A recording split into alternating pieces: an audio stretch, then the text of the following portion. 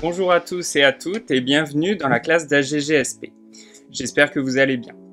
Aujourd'hui, nous allons nous intéresser au thème 4 qui s'articule autour de la notion de patrimoine. Étymologiquement, le mot patrimoine renvoie à l'héritage paternel. En latin, patrimonium désigne les biens et droits hérités du père. À l'origine, le patrimoine est donc un bien privé qui se transmet d'une génération à l'autre au sein d'une famille. Aujourd'hui, la notion de patrimoine désigne un héritage commun d'une vaste communauté d'individus, cela peut être une nation ou l'humanité tout entière, sous forme de biens culturels, naturels ou de pratiques immatérielles. En conséquence, on peut remarquer une évolution de la notion de patrimoine dans l'histoire qui a connu une ouverture au grand public assez récente, bien que le patrimoine familial au sens d'héritage subsiste toujours. Ainsi, les dimensions de transmission et de protection sont très liées à la notion de patrimoine. De plus, qu'il soit matériel ou immatériel, le patrimoine doit faire consensus autour de son caractère universellement reconnu. Mais revenons-en à l'évolution de la notion de patrimoine dans l'histoire occidentale. C'est à l'époque moderne que la notion de conservation d'objets s'intensifie. Par exemple, le pape Sixte IV, en 1471, décide de présenter aux Romains des œuvres antiques qu'il considère comme un héritage du prestige et de la valeur des ancêtres. Mais il faut attendre la période contemporaine avant de pouvoir voir les premiers actes de protection. Par exemple, en France, la Révolution française est un moment très fort de la construction de la notion de patrimoine. En effet, pendant la Révolution, le peuple français saccage de nombreux édifices religieux et civils. L'abbé Grégoire parle même de vandalisme. Le député François Puteaux présente une pétition le 4 octobre 1790 devant l'Assemblée pour demander une sorte d'inventaire documenté des monuments précieux de notre histoire. Pour la première fois, l'expression patrimoine national est employée. Parallèlement, des structures sont créées pour protéger les objets uniques. En 1757, le British Museum est fondé. C'est le premier musée à ouvrir ses portes au grand public. Il est suivi par l'ouverture d'autres musées en Europe, comme à Vienne en 1783, ou encore la Galerie des Offices à Florence en 1796. Faisons un bond dans le temps. C'est la Seconde Guerre mondiale et ses destructions qui sont liées au bombardement qui entraînent une volonté de protéger le patrimoine en péril. De ce fait, simultanément à la création de l'ONU est créé le 16 novembre 1945 l'UNESCO. C'est une organisation des Nations Unies pour l'éducation, la science et la culture. Son siège se situe à Paris et il s'est très tôt engagé dans la protection du patrimoine. Il se compose de 193 États membres en 2019. En 1972, la Convention de protection du patrimoine mondial, culturel et naturel de l'UNESCO propose de mobiliser la communauté internationale pour protéger et valoriser des biens culturels et naturels en établissant une liste sur des critères bien définis. Comme nous pouvons le constater sur ces diagrammes, la majeure partie des biens patrimoniaux labellisés patrimoine mondial se situe à 47% en Europe, 24% en Asie, 13% en Amérique latine, 8% dans les États arabes et 8% en Afrique. Enfin, l'action de l'UNESCO est de plus en plus indispensable pour la sauvegarde du patrimoine en péril. C'est ce que l'on peut voir sur la carte suivante. Celle-ci montre que les listes patrimoniales sont menacées par différents types de risques. De plus en plus sont menacés en raison du changement climatique, d'autres par des activités industrielles ou d'autres encore à cause de guerres qui ne les épargnent pas. En effet, l'arc de crise de l'Afrique subsaharienne au Moyen-Orient sont des espaces où le patrimoine mondial est en danger. Voilà. Maintenant que nous en savons plus sur la notion de patrimoine et sur son évolution dans le temps et dans l'espace, intéressons-nous au premier chapitre qui s'intéresse, lui, aux usages sociaux et politiques du patrimoine. Allez, c'est parti!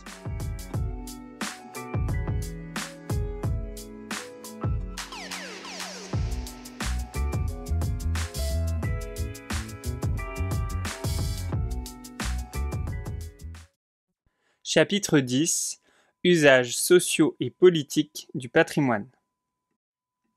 Le patrimoine a explosé dans tous les sens. On est passé d'un patrimoine étatique et national à un patrimoine de type social et communautaire où se déchiffre une identité de groupe. et donc d'un patrimoine hérité à un patrimoine revendiqué. C'est ainsi qu'en 1986, dans l'ouvrage collaboratif intitulé Les lieux de mémoire, qu'il dirige, que l'historien français Pierre Nora décrit l'évolution des usages patrimoniaux qui, selon lui, sont passés d'usages politiques à des usages sociaux.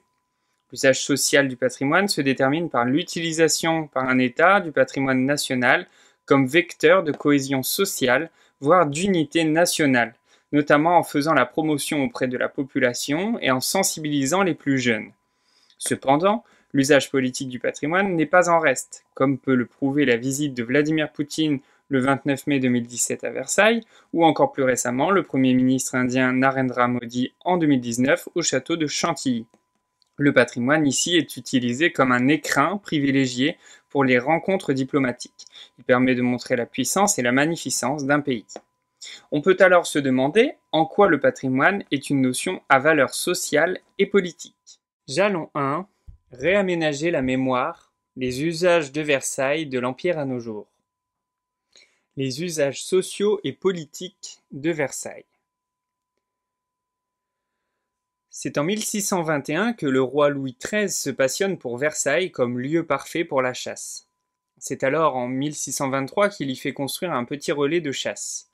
L'agrandissement se poursuit jusqu'en 1634 où le roi en fait un lieu pour se retirer du tumulte des affaires parisiennes. Mais c'est davantage sous le règne de Louis XIV que le château va prendre toute sa splendeur. De 1661 à 1715, il va n'avoir de cesse de multiplier les projets pour le château qu'il veut faire rayonner à travers l'Europe. Il y fait installer sa cour et toute l'aristocratie veut sa place auprès du roi. Ce dernier y installe aussi son administration. Ainsi, Versailles devient un lieu symbolique du pouvoir de la monarchie absolue. Louis XIV y dirige le royaume et y contrôle son aristocratie. Le château est aussi le lieu de la magnificence du roi, c'est-à-dire de montrer ses capacités à offrir de grands divertissements et de sa démiurgie, c'est-à-dire sa capacité d'animer tout un monde et d'en être le centre.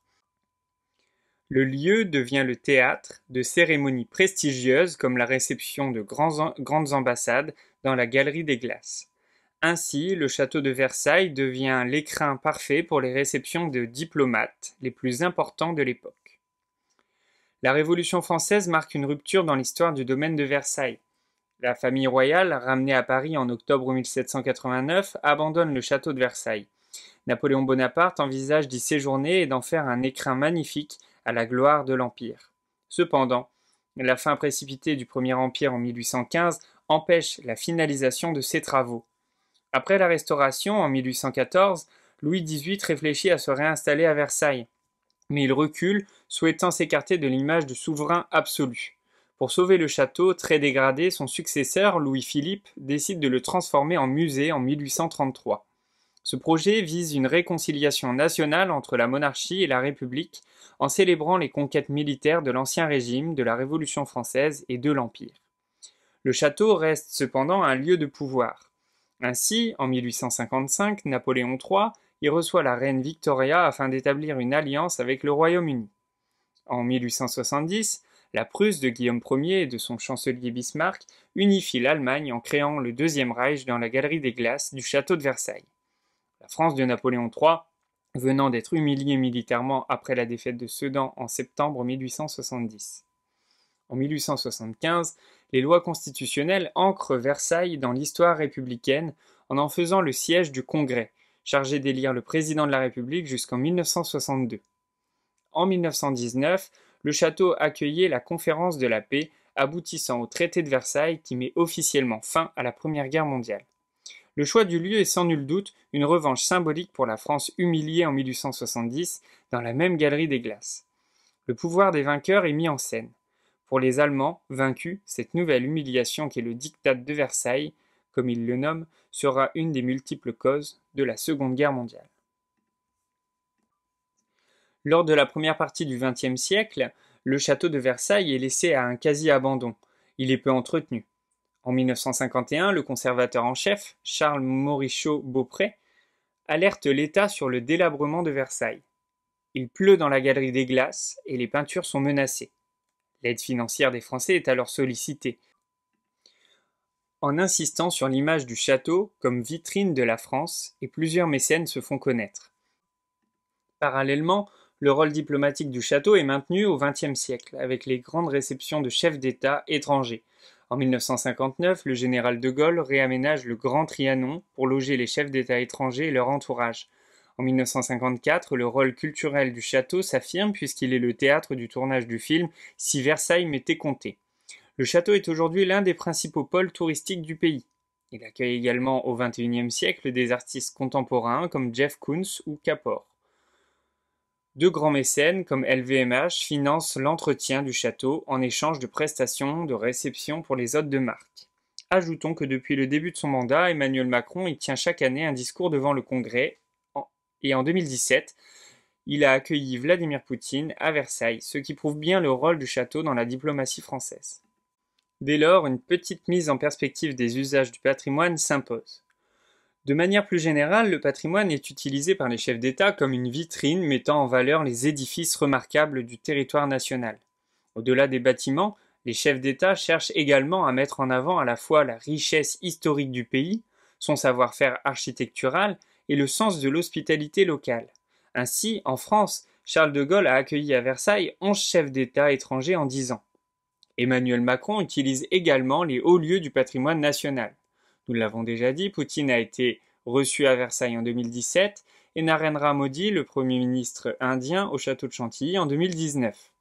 Utiliser des hauts lieux du patrimoine relève de la part des chefs d'État qui accueillent leurs hôtes d'une stratégie de mise en scène du pouvoir. Il s'agit d'organiser une réception fastueuse avec un cérémonial important qui montre à l'invité la considération qu'on lui porte. Cela facilite la conclusion d'accords commerciaux par les dirigeants. Ainsi, en novembre 2017, lors de la visite de Donald Trump, le président chinois Xi Jinping lui fait découvrir la Cité interdite. Cette visite se solde par des accords d'un montant de 253,4 milliards de dollars. Il est également possible d'utiliser des éléments de son patrimoine naturel pour signer des partenariats culturels. Ainsi, la Chine donne ou prête des pandas. C'est ce qu'on appelle la diplomatie du panda. En 2018, Pékin en prête 2 à la Finlande afin de renforcer les relations diplomatiques et culturelles entre les deux pays. Ce genre de diplomatie peut aussi être réalisé en mobilisant le patrimoine architectural et culturel. En 2017, le musée du Louvre Abu Dhabi ouvre ses portes, matérialisant concrètement un partenariat culturel conclu entre la France et l'Émirat 10 ans auparavant. Le patrimoine peut aussi avoir des usages sociaux. En effet, selon le géographe Guy Diméo, le patrimoine correspond à un besoin social contemporain, car il serait capable de créer du ciment social. Il dispose d'une dimension territoriale et d'une fonction identitaire forte et permettrait aux individus de mieux s'approprier leur territoire, faisant ainsi d'eux de meilleurs citoyens. C'est pourquoi les pouvoirs publics encouragent les actions permettant aux jeunes et aux adultes de découvrir le patrimoine local et national. C'est le cas des Journées européennes du patrimoine en Europe, avec plus de 30 millions de visiteurs chaque année. Jalon 2. Conflit de patrimoine. Les frises du Parthénon depuis le XIXe siècle. Les frises du Parthénon sont à 60% exposées au British Museum. En 1801, l'ambassadeur britannique Lord Elgin obtient de l'Empire ottoman, qui règne alors sur la Grèce, le droit de démonter les marbres du Parthénon, correspondant aux éléments architecturaux de la frise, du fronton et des plaques sculptées. En 1816, Elgin les vend au gouvernement britannique qui les cède à perpétuité au British Museum, privant ainsi les Grecs d'un morceau de leur histoire et de leur patrimoine. En 1830, l'indépendance de la Grèce s'accompagne d'une première phase de négociation lancée entre 1834 et 1842 par le roi Othon. Mais c'est un échec. S'ensuivent 200 ans de négociations qui tournent au bras de fer. Pour défendre sa cause, le gouvernement grec choisit de saisir l'arbitrage de l'UNESCO. En 1983, à la tribune de l'organisation, la ministre de la Culture grecque, Mélina Mercouri, lance un appel international pour la récupération de la frise du Parthénon. Parallèlement, la Grèce entend reconstituer la frise dans son intégralité. Elle récupère ainsi un fragment restitué par le musée archéologique de Heidelberg en 2006 et un autre par le musée de Palerme en 2008, après 13 ans de procédure. La même année, le Vatican promet de retourner 2 autres fragments, de même que l'Autriche, qui en détenait un après un vol commis par l'un de ses soldats. La France, quant à elle, possède 3 fragments acquis en 1798 et exposés au Louvre. À l'heure actuelle, Elle envisage un prêt, mais aucune restitution. En 2009, le nouveau musée de l'Acropole est inauguré. Construit en face du Parthénon, il a été pensé pour devenir l'écrin des marbres. Le British Museum propose alors un prêt pendant 3 mois contre une reconnaissance officielle de sa propriété sur les œuvres. Le musée athénien refuse et expose aujourd'hui l'ensemble de la frise constituée d'un tiers de fragments originaux et pour le reste de répliques des éléments manquants. Enfin, en 2017, le recours de la Grèce auprès de la Commission européenne demandant à bénéficier de la directive sur la restitution des biens culturels ayant quitté illégalement un pays de l'Union est rejeté. Les deux pays avancent des arguments qui s'opposent fondamentalement. En effet, les arguments britanniques en faveur du non-retour des marbres montrent la difficulté d'établir la propriété d'un patrimoine reconnu d'intérêt mondial. Au XIXe siècle, Lord Elgin jugeait les Grecs indifférents à la conservation de ce trésor architectural, alors qu'en Grande-Bretagne, celui-ci serait considéré à sa juste valeur, tout en devenant une source d'inspiration pour les artistes anglais. Au XXe siècle, l'argument principal est financier. La Grèce manquerait de moyens pour conserver dans de bonnes conditions les pièces. Aujourd'hui, la direction du British Museum met en avant la notion de bien public universel et refuse de rendre les marbres à la Grèce. Ceux-ci sont considérés comme la propriété de tous car faisant partie du patrimoine mondial. Par conséquent, il n'existe aucune obligation à ce qu'ils soient conservés sur leur lieu de création originel. Cette conception donne au bien patrimonial une identité transnationale, insistant sur son universalité tandis que sa propriété est symbolique. Cet argument trouve écho auprès de nombreux pays et musées européens qui possèdent et conservent des biens réclamés par leur nation d'origine. A l'inverse, la Grèce dénonce une spoliation et appelle à libérer les marbres du Parthénon pour qu'ils retrouvent leur patrie originelle. Selon Athènes, tout patrimoine constitue la mémoire d'une nation, qu'aucun autre pays ne peut s'approprier, établissant ainsi un lien entre identité et appartenance. Cette conception du patrimoine met en avant son ancrage territorial, ce qui n'est pas sans rappeler le critère d'authenticité nécessaire pour figurer sur la liste du patrimoine mondial de l'UNESCO. Pour la Grèce, la propriété et l'identité réelle de l'ensemble des marbres du Parthénon ne font aucun doute, ils appartiennent à l'histoire du peuple hellène.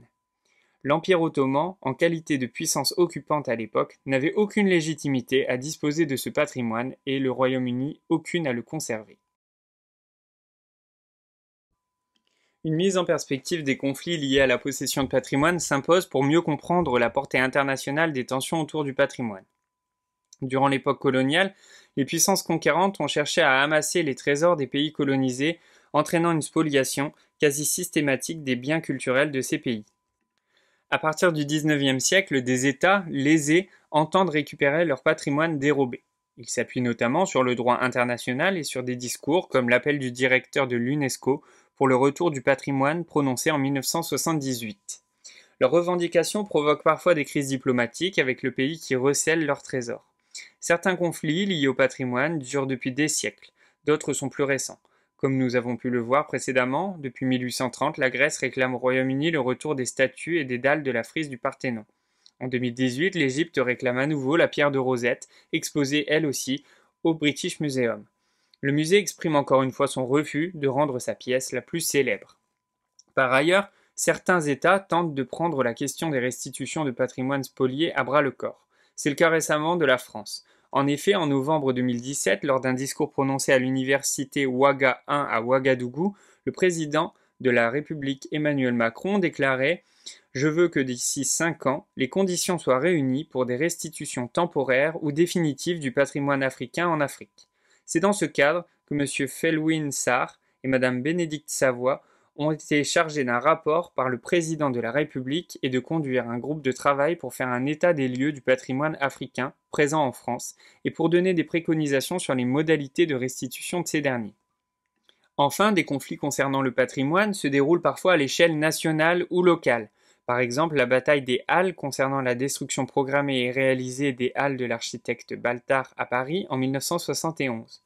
S'ils n'ont pas la dimension internationale ou diplomatique de ceux précédemment évoqués, ils engendrent néanmoins de vives tensions, par exemple entre les pouvoirs publics et des associations de riverains. L'émotion patrimoniale peut être provoquée par la volonté de modifier l'apparence d'un monument, d'en transformer les usages ou de le détruire. Le patrimoine, qu'il soit culturel, naturel, matériel ou immatériel, porte en lui divers usages, qu'ils soient politiques, c'est-à-dire par exemple au cœur de la diplomatie, comme nous avons pu le voir avec l'accueil de chefs d'État, notamment à Versailles, ou encore sociaux, permettant d'unir les membres d'une même société. La sauvegarde du patrimoine en péril, comme Versailles après la Seconde Guerre mondiale, et l'appel aux dons montrent bien un attachement des Français à l'égard de leur patrimoine. Les interactions autour du patrimoine sont elles aussi très diverses. En effet, le patrimoine peut être source de conflits, qu'ils soient internationaux, par exemple avec les marbres du Parthénon, ou encore plus locaux, avec la destruction des Halles à Paris. Enfin, le patrimoine peut être source de revenus si ce dernier est valorisé dans le cadre d'une attraction touristique. Voilà, nous sommes arrivés au terme de cette vidéo consacrée aux différents usages du patrimoine. J'espère que celle-ci vous a plu. N'hésitez pas à vous abonner, à commenter, à partager et surtout à afficher les vidéos. Je vous dis à très vite pour un nouveau chapitre concernant les enjeux de la conservation du patrimoine.